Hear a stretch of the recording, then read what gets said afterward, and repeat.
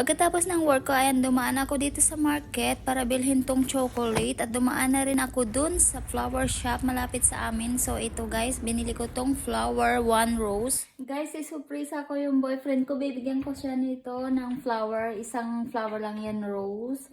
Tapos itong chocolate. Kasi mansa rin namin ngayon. Hindi ko siya binati kanina kasi gusto kong isurprise siya nito.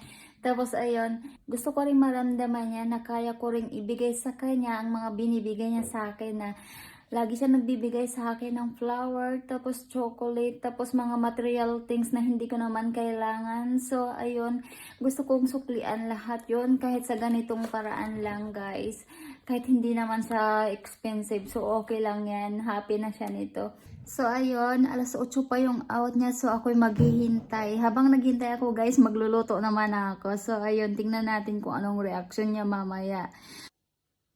Ayun, malapit na siya. Nag-aabang ako. Ang tagal naman. Naghanap pa ata ng maparkingan. Andyan na siya guys. Mahal ko!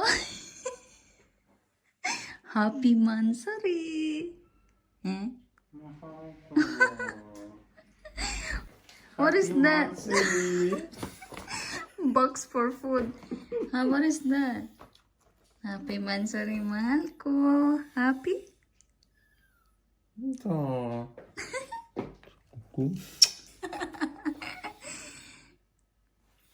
This your pasalubong. Hindi siya makapaniwala.